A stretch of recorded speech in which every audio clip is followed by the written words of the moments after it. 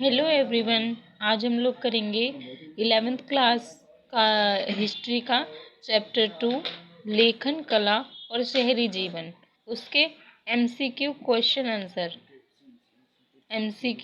Answer. ये मैंने खुद बनाए हैं बुक में से। अगर आपको अच्छे लगे, मतलब आपको समझ आए, तो आप मेरी वीडियो को लाइक करना।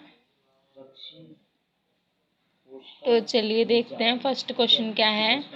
दजला फरात नदी कौन सी खाड़ी में गिरती है? तो ये फारस की खाड़ी में गिरती है। क्वेश्चन 2, शहरी जीवन की शुरुआत कहाँ हुई? कहाँ हुई? जहाँ की बात हो रही है वहीं पर हुई होगी। अगर आपसे पूछे ना क्वेश्चन में कि मतलब कि कहाँ हुई थी, तो जहाँ की बात हो रही है वहीं हुई होगी। तो कहाँ हो रही है बात? मेसोपोटामिया में। क्वेश्चन 3, मेसोपोटामिया में पुरातात्विक खोजों की शुरुआत किस दशक में हुई? 1840 में हुई। क्वेश्चन 4, मेसोपोटामिया की सभ्यता कहाँ कहाँ प्रसिद्ध है? मतलब पूछ रहे हैं कि कहाँ कहाँ प्रसिद्ध है। ये देखिए, मेसोपोटामिया की सभ्यता अपनी संपन्नता, शहरी जीवन, विशाल एवं समृद्ध साहित्य और खगोल विद्या के लिए प्रसिद्ध है। यानी कि ये जो हम पढ़ते हैं ना, फॉर्मूले, रूट, ये वगैरह, खगोल विद्या, साहित्य, गणित, ये जो होती है ना हमारी गणित, मैथ्स, तो ये खगोल विद्या के लिए भी प्रसिद्ध हुआ। और शहरी जीवन मतलब के लिए संपन्नता, शहरी जीवन, विशाल एवं प्रसिद्ध समृद्ध साहित्य, गणित और खगोल विद्या के लिए प्रसिद्ध है। 5 क्वेश्चन। 2000 ईस्वी के पश्चात मेसोपोटामिया के दक्षिण भाग को किस नाम से जाना जाता था? किस नाम से? ये हमने पढ़े थे चारों। अब इसमें ये तो मैंने आपको अपनी तरफ से दिखाए थे ये वाले क्वेश्चन। अब मैं ये खुद मतलब ये वाले मतलब ये तो एक ही आंसर है। अब ये एमसीक्यू, मतलब इनमें से आपको देखना है कि कौन सा सही है।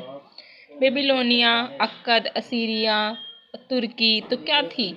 किस नाम से जाना जाता था दक्षिण भाग को? बेबीलोनिया नाम से जाना जाता था। अरामाइक भाषा किससे मिलती जुलती थी? अरामाइक भाषा किससे मिलती जुलती थी? हिब्रू से मिलती जुलती थी।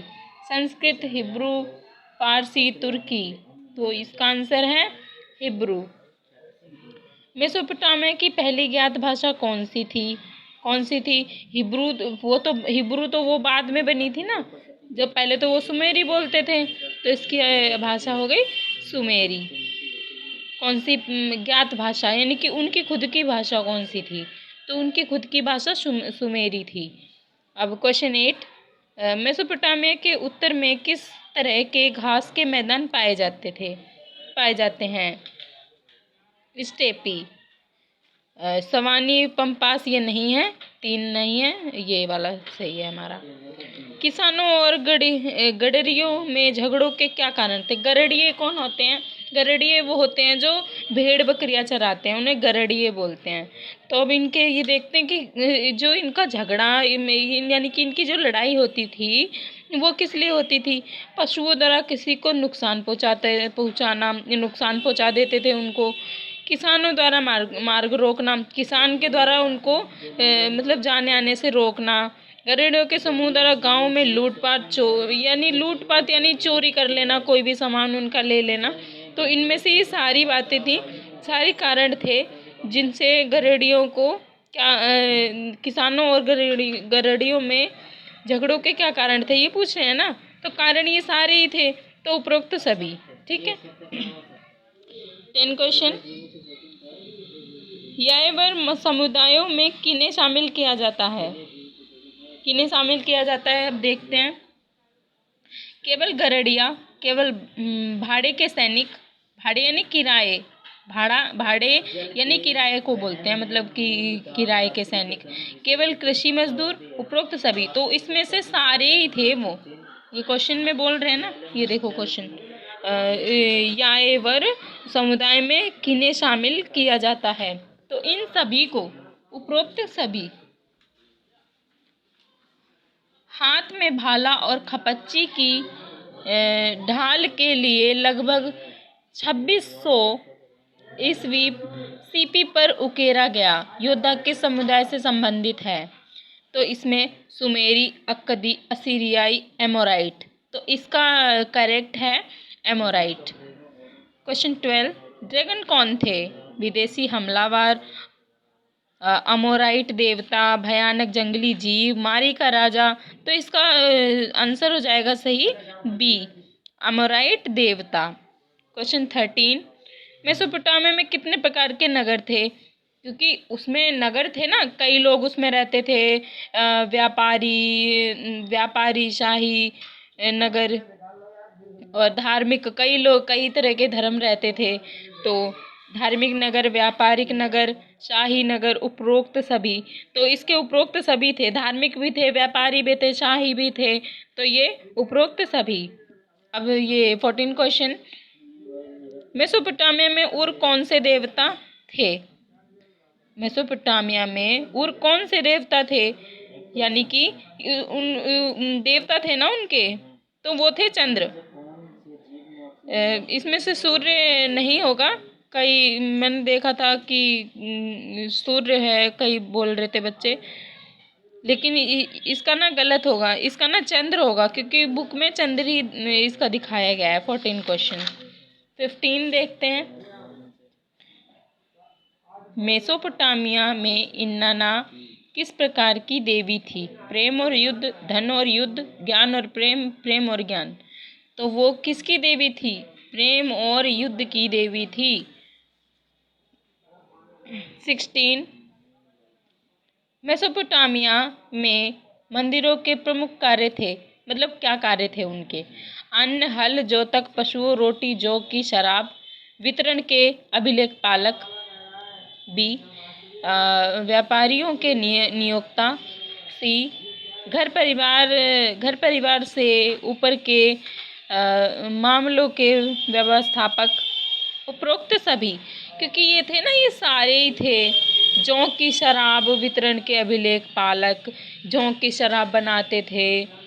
जोतक, पशुओं जो खेत को जोतते थे, जैसे बैल वगैरह होते हैं ना, उनमें हल लगा के और फिर खेतों को किसान जोतते हैं।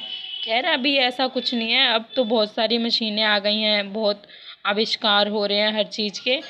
तो अब कई ऐसी जगह हैं कि जहाँ पर होता है, लेकिन अब ज़्यादा जगह जहाँ जहाँ ये बात गई है कि भाई मशीनें भी हैं, ये है, तो अब वहाँ तो मशीनों द्वारा ही होती है जुताई खेतों की। तो डी हाँ डी, तो ये सारे उपरोक्त ये सभी सही हैं। अब है 17, उरुक नगर कितने हेक्टेयर भूमि पर बसा था? यानी कि जो उनका नगर था ना, उरुक नगर, वो कितने हेक्टेयर भूमि? तो 250, 250 है ना। अब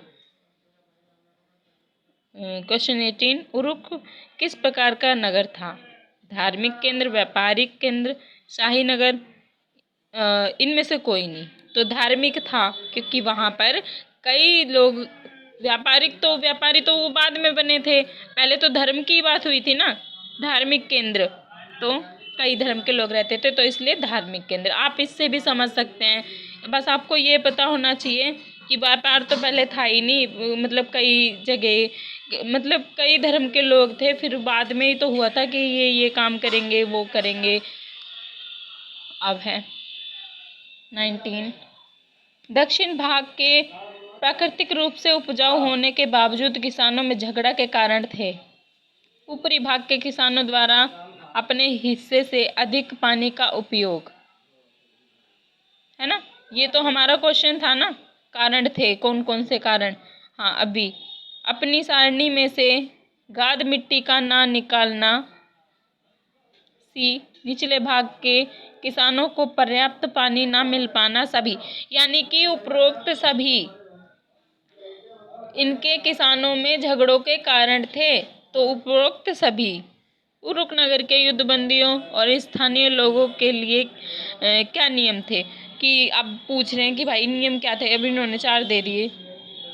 अनिवार्य रूप से मंदिर तथा प्रत्यक्ष रूप से राजा का काम करना अनिवार्य था। हाँ, उनका काम करना अनिवार्य था, किसी पर नहीं था। काम के बदले अनाज दिया जाता था। हाँ, क्योंकि होता था ना पिछले ज़माने में मुद्रा नहीं होती थी, तो जैसे किसी को चावल चाहिए तो वो गेहूँ दे देता था, उसको गेहूँ चाहिए तो वो उसको चावल दे देता था, तो ऐसा था। तो इस ये मुझसे गलत से लग गया है बी, इसका उपरोक्त सभी होगा। ठीक है। 21 क्वेश्चन, चिकनी मिट्टी के शंकु क्यों बनाए जाते थे?